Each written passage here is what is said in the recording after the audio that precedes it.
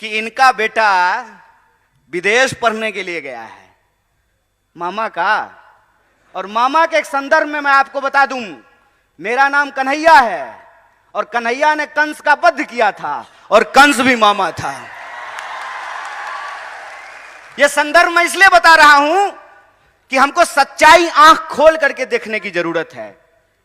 इस प्रदेश में गरीब के लिए महाविद्यालय नहीं बनेगा, गरीब के लिए विश्वविद्यालय नहीं बनेगा, गरीब के लिए छात्रावास नहीं बनेगा। क्यों? क्योंकि जब मुख्यमंत्री का बेटा विदेश पढ़ने के लिए जाएगा तो आदिवासी के लिए महाविद्यालय क्यों बनाएगा? और जब चुनाव आ गया है, 20 साल से सरकार चला रहे हैं, जब चुनाव में 20 महीना बचा है, तब इनको बहन जी लाडली की याद आई है और क्या कह रहे हैं कि हम 2000 रुपया दे देंगे। चचा, आप 2000 रुपया अपने पास रखिए, यह बताइए कि 350 का सिलेंडर 1400 रुपए में क्यों मिल रहा है? 750 रुपया तो रिचार्ज कराने में लगता है। बहनें यहां पे बैठी हुई हैं, 2000 रुपया दे दीजिएगा तो 2 महीना ठीक से 2 मोबाइल रिचार्ज भी नहीं हो पाएगा। ठगते हैं, ठग रहे हैं हमको। आपका खेल हम समझ रहे हैं, आपका खेल हम समझ रहे हैं कि आप हमारे आंख में धूल झोंक करके हमारी संपत्ति, हमारा रिसोर्स हमसे छीन रहे हैं।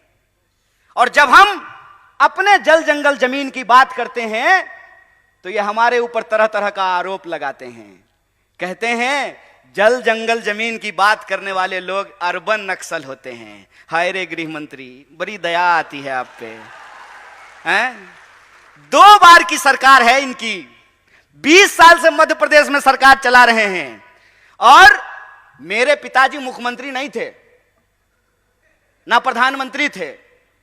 मैं एक साधारण परिवार का लड़का हूं, लेकिन मेरे पास महात्मा गांधी की तरह, बिरसा मुंडा की तरह, शहीद आजम भगत सिंह की तरह, डॉक्टर बाबा साहब भीमराव अंबेडकर की तरह सच की ताकत है। इस बात को याद रखिएगा। अरे पूरी ताकत लगा लीजिए, आप हमारी सच्चाई को नहीं बदल सकते हैं। हम सच के लिए लड़ रहे हैं, हम अपने लोकतांत्रिक अधिकार के लिए लड़ रहे हैं। और लोकतंत्र का क्या मतलब होता है? लोकतंत्र का मतलब यह होता है कि जैसे मुख्यमंत्री के बेटा का वोट एक होता है, उसी तरह से आदिवासी के बच्चा का भी वोट एक होता है। अगर मुख्यमंत्री के पास पैसा है, वो अपने बच्चे को विदेश भेज सकता है, तो हम भी इस देश में टैक्स देते हैं। हमारे बच्चों के लिए भी अच्छी शिक्षा की व्यवस्था होना चाहिए, अच्छा अस्पताल होना चाहिए, अच्छी सड़कें होनी चाहिए, महिलाओं की सुरक्षा होनी चाहिए। यह हमारा हक है। और जब हम अपना हक मांगते हैं तो हमारी बात को गुमराह करने की कोशिश करते हैं, लेकिन हम गुमराह होने वाले नहीं हैं। इनका खेल हम समझते हैं। हम आपके टैक्स के पैसे से, आपके टैक्स के पैसे से हमने पीएचडी की है, हमने आपका नमक खाया है। और हम नमक हराम नहीं हैं, हम नमक हलाल हैं। और हम आपके साथ यह नमक का वादा करते हैं, क्योंकि हम महात्मा गांधी की पार्टी से हैं। और महात्मा गांधी ने नमक का आंदोलन कराया था और अंग्रेजों को धूल चटाया था। इस बात को हम इनको याद दिलाना चाहते हैं। अगर हम इस देश को अंग्रेजों से मुक्ति दिला सकते हैं, तो अंग्रेजों की चापलूसी करने वालों से भी मुक्ति दिला सकते हैं। हमारे स्कूलों को बंद करके, हमारे छात्रावासों को बंद करके, तरह तरह का भर्ती घोटाला करके, घोटाला खत्म ही नहीं हो रहा है। रोज नया घोटाला पैदा हो जाता है।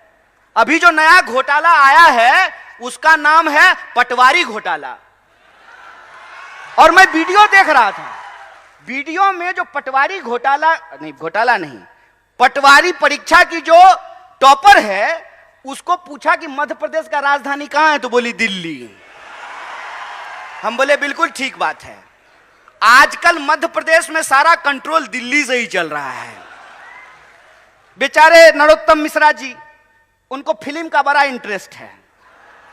अक्सर दीपिका पादुकोण को देखते रहते हैं कि दीपिका पादुकोण क्या पहनी है। अरे राज्य चला लो यार, गृह मंत्री हो, तुम्हारे राज्य में सबसे ज्यादा महिलाओं के खिलाफ अत्याचार हो रहे हैं, सबसे ज्यादा आदिवासियों के खिलाफ अत्याचार हो रहे हैं। राज्य समल में नहीं रहा है। कहते हैं ना, घर में नहीं दाने, अम्मा चली भुनाने। पहले अपना राज्य तो चला लीजिए। आए दिन घोटाले होते रहते हैं और पूरा कंट्रोल। पहले इनको मुख्यमंत्री बनने का मन था, मुझे भी सूत्रों से पता चला है। क्या क्या जी साहब, मीडिया के लोग यहां बैठे हुए हैं, बोलिए ना, डरिए मत। अरे लोकतंत्र है, सबको बोलने का हक है। अरे हम लोग तो एक नारा लगाते हैं, जगह है कितनी जेल में तेरे, देख लिया है देखेंगे। कितने लोगों को जेल में डाल देंगे। सच बोलिए, सच की ताकत होती है।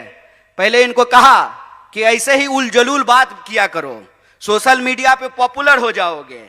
और जैसे पटवारी की परीक्षा की टॉपर को मध्य प्रदेश की राजधानी दिल्ली लगती है, इनको भी सत्ता का केंद्र आजकल दिल्ली लगता है। और जब चुनाव आता है तो दिल्ली इंदौर में घूमना शुरू कर देता है। आजकल दिल्ली इंदौर घूम रहा है।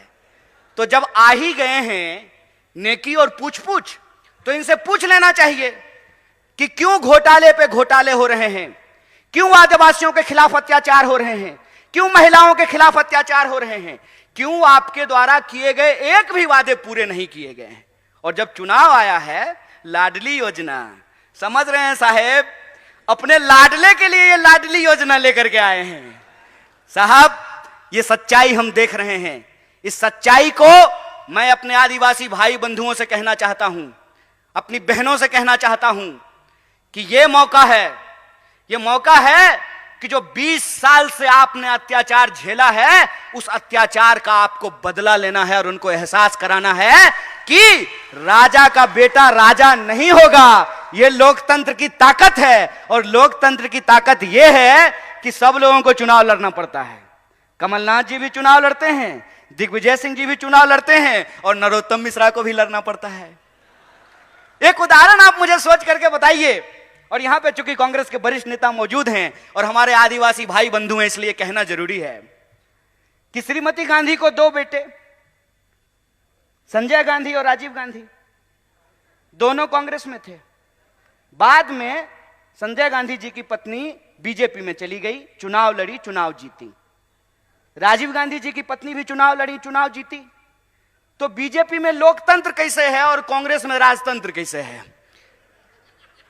वहां जो बहुत चुनाव जीती तो वो लोकतंत्र है, और श्रीमती गांधी के यहां जो बहुत चुनाव जीते तो यह राजतंत्र है। हाय रे बेईमान, बेशर्मी देखे हो, बेशर्मी। अरे वे कांग्रेस पार्टी ही है जिस पार्टी ने इस देश में जमहूरियत को स्थापित किया है। और यह जमहूरियत की ताकत है कि राहुल गांधी जब अमेठी से चुनाव जीतते हैं तो इनके नजर में वो राजतंत्र है, और वो मैडम जो है, सास जो कभी बहू थी, है ना, वो जब अमेठी से चुनाव लड़ी है तो लोकतंत्र है। हाय रे चोरी। मैं तो यही कहता हूं कि अगर इस देश में पंडित जवाहरलाल नेहरू नहीं होते ना, तो नरेंद्र मोदी भी देश के प्रधानमंत्री नहीं हो पाते। अगर इस देश में गांधी नहीं होते, इस देश में अगर भगत सिंह नहीं होते, इस देश में अगर बिरसा मुंडा नहीं होते, इस देश में अगर डॉक्टर बाबा साहब भीमराव अंबेडकर नहीं होते, तो एक आंगनबाड़ी का बेटा खड़ा होकर के 2-2 मुख्यमंत्री के सामने भाषण नहीं दे रहा होता।